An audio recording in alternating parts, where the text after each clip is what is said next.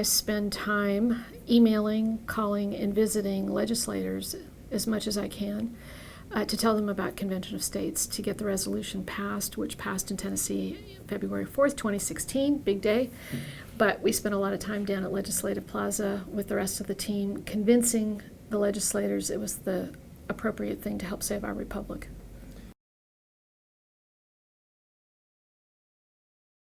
Government is now so intrusive.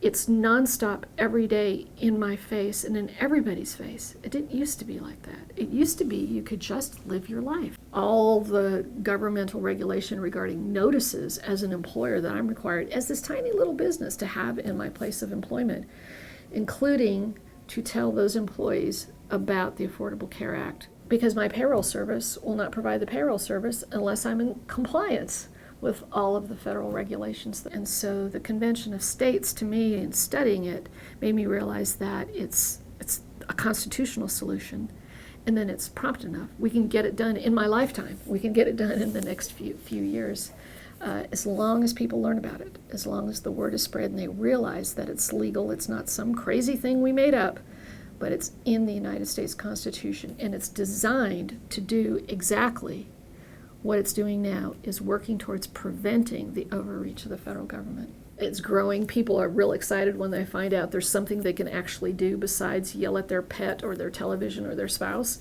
and that they can get out of their house and come help us.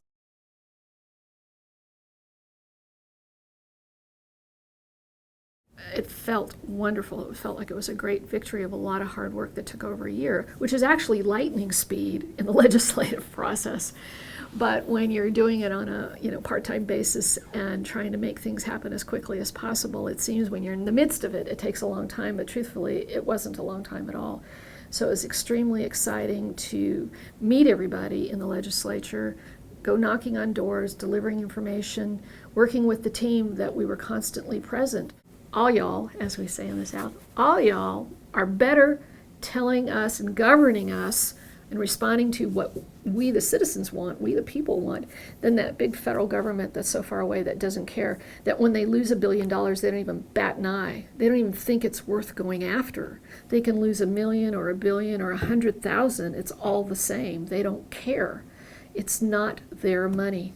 And there is no such thing as government money. It's my money. It's your money. It's every taxpayer's money. So there's no such thing as government money.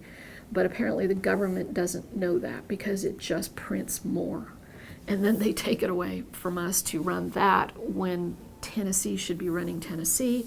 And what works in Tennessee doesn't work in Vermont. It doesn't work in Maine. It doesn't work in California. But it works in Iowa. It works in Texas. It works in different areas. And the citizens in those states should be deciding what happens in their own state and not be told by some unelected bureaucrats in the fourth branch of government or by unelected judges that we can't do anything about. They're there forever. A Supreme Court that affects every aspect of our lives, and we didn't even vote for them.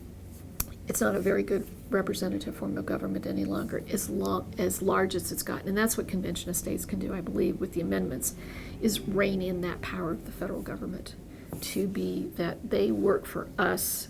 We're the governed. We decide how we want to be governed. We're not ruled by Washington, D.C. Go to conventionofstates.com, press the button, sign the petition. More importantly, get 10 of your friends to do the same. When you sign the petition, then that sends a letter to your state legislator. You go on the list in their district as a supporter. We deliver those lists to the state legislators. It means something to them.